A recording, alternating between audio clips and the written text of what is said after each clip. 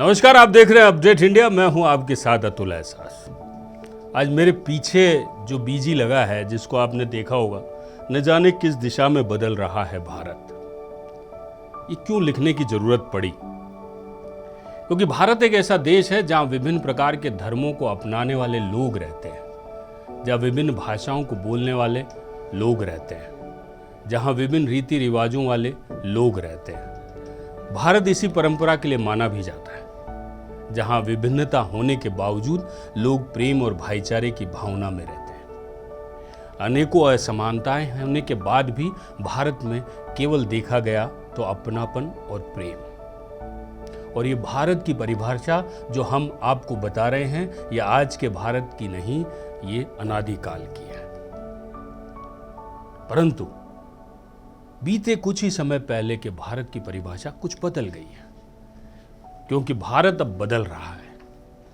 हम कह सकते हैं कि यह हमारा बदलता भारत है। भारत आज विश्व के मानचित्र में अलग कर गुजरने के लिए पहचाना जाने लगा है। भारत आज विश्व गुरु बनने की राह पर है। हालांकि हमारा भारत जिस राह पे बदल रहा है, शायद वो राह किसी को रास न आए, मगर फिर भी आधी आबादी वाले इस देश में, यानी कि देश की आधी आबादी केवल उसी राह को पकड़ते हुए आगे बढ़ रही है और आगे कई जमानों को पीछे छोड़ रही है।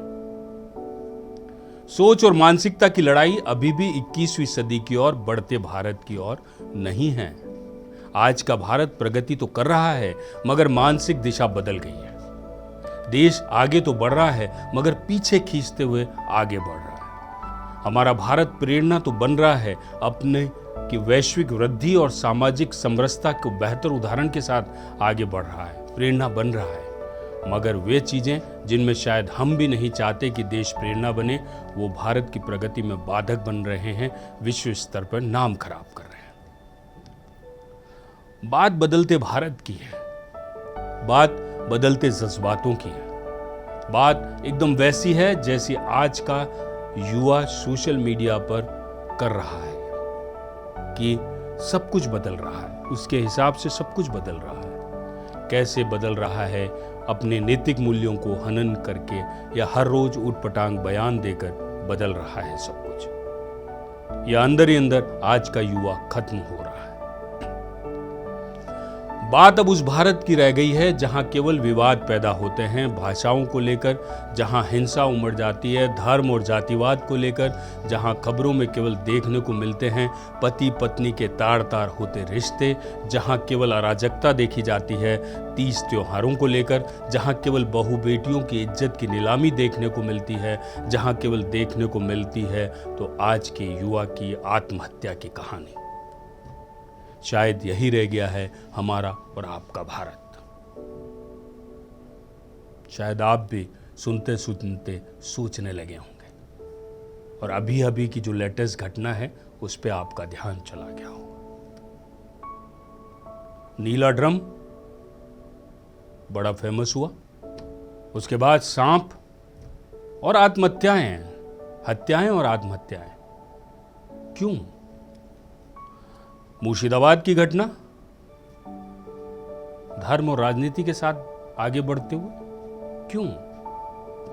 ये सब बताने या कहने का आशय भारत की कार्य व्यवस्था पे उंगली उठाना नहीं है साहब, बल्कि आपको आगाह करना चाहते कि हम क्या सोच रहे हैं, हमारे बढ़ते भारत के लिए, और हम कहां किस ओर जा रहे हैं। इसके लिए ये बातें आपको कड़वी जरूर लग रही होगी, लेकिन ये बातें सच है।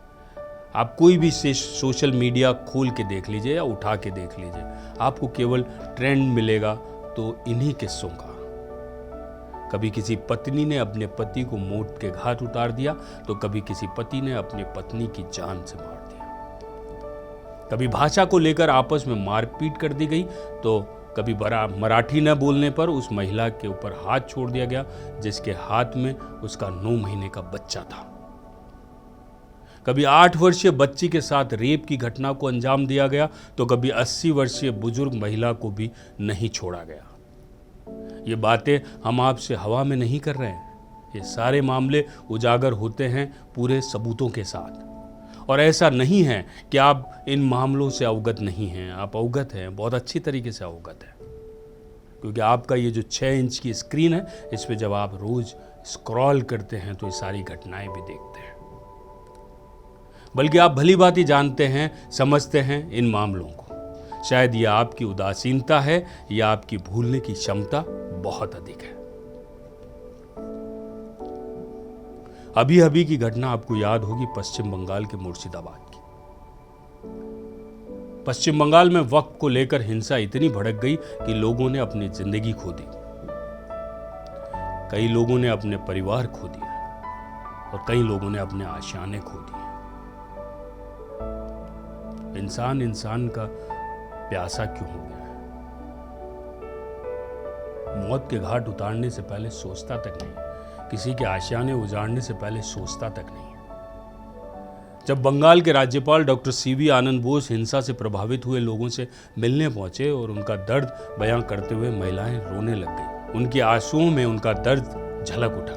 मुर्शिदाबाद हिंसा के जख्म अब उन पीड़ितों के गहरे हैं जिनकी आंखों के सामने उनके पिता, पुत्र, पति और परिजनों को मार डाला गया। राज्यपाल ने जब उनकी हालत देखी तो वो परेशान हो उठे। कहा, लोकतंत्र में हिंसा, डर और धमकी के लिए कोई जगह नहीं। यहां जो हुआ है यह अत्यंत शर्मनाक है। मैं यहां पीड़ितों से सीधे संवाद करने आया हूं। शांति बहाली हमारी प्राथमिकता है। संविधान की रक्षा हमारा कर्तव्य है। मैं केंद्र, राज्य और सरकार और संबंधित एजेंसियों के साथ मिलकर समस्या के समाधान के लिए काम करूंगा। अच्छी बात है, सुनने में अच्छा लगता है। धरातल पे कब उतरेगी ये चीजें, देखने में। वहीं मुंबई में 90 साल पुराना एक जैन मंदिर तोड़ दिया गया, जिसके बाद विवाद छिड़ गया। मुंबई के विलेपार्ले में स्थित पार्श्वनाथ दिगंबर जैन मंदिर को बीएमसी ने तोड़ दिया। इस घटना से पूरे देश का जैन समुदाय गुस्से में है। इसका विरोध करने के लिए जैन समाज की ओर से अहिंसक रैली निकाली गई। मुंबई की सभी पार्टियों के नेताओं ने इस कार्रवाई के खिलाफ मोर्चा निकाला। मुद्दा यह है कि क्या हो गया है हमारे भारत को, किसकी नजर लग गई है? वह भारत जो पिछले कई वर्षों से विश्व में अपनी पहचान बनाए रखने के लिए अपने आप को स्थापित करने की प्रक्रिया में है। नए नवाचार, नए परीक्षण हमारे देश की पहचान बन गए। हर रोज हम एक पत्थर तो फेंक रहे हैं जनाब, हर रोज हम एक पत्थर तो फेंक रहे हैं जनाब। दीवार बन रही है या कोई पुल बन रहा है, ये सोचने का विषय है। हम गृह युद्ध के मुहाने पे खड़े हैं। एक जाति दूसरी जाति पर शब्द रूपी बाण अपने तरकश में लिए बैठी है और समय समय पर उन बाणों को छोड़ने में कोई नहीं चूकता। ये जो आए दिन एक नई अराजकता और हिंसा का मामला बढ़ जाता है, ये किस राह पर जाकर रुकेगा ये हमें भी नहीं पता। आखिर कब पुराना और सबके सपनों का भारत हमें देखने को मिलेगा? आखिर कब फिर से भारत सबके लिए एक अच्छी प्रेरणा बनेगा? आखिर कब फिर से भारत सच में आगे की ओर बढ़ना शुरू करेगा, नई सोच के साथ कि हम सब एक हैं, जातिगत, व्यक्तिगत और राजनीतिक परिदृश्यों से ऊपर उठकर देश की सर्वमान्य मानते हुए देश के विकास को बेहतर करेंगे। ये पीड़ा है साहब, इस पीड़ा के साथ आप भी जूझ रहे हैं, हम सब जूझ रहे हैं। परंतु कहीं ना कहीं हमें पहल करनी होगी। ये मत मानिए कि मेरे करने से क्या होगा, 100% होगा और अवश्य होगा। केवल पहल करने की देरी है। पहल करके तो देखिए। निकलिए जातिगत मुद्दों से बाहर, निकलिए व्यक्तिगत मुद्दों से बाहर, निकलिए राजनीतिक मुद्दों से बाहर। निकलकर देखिए और भारत को एक बेहतर आईने के साथ कहीं न कहीं हंसता खिलखिलाता वो भारत की कल्पना कीजिए, जहां सब कुछ समरसता के साथ हो, जहां सब कुछ बेहतर हो। आने वाला भारत आपका इंतजार कर रहा है। हंसता खिलखिलाता भारत आपका इंतजार कर रहा है। केवल एक कदम आगे बढ़ाने की देरी। नमस्कार, जय भारत।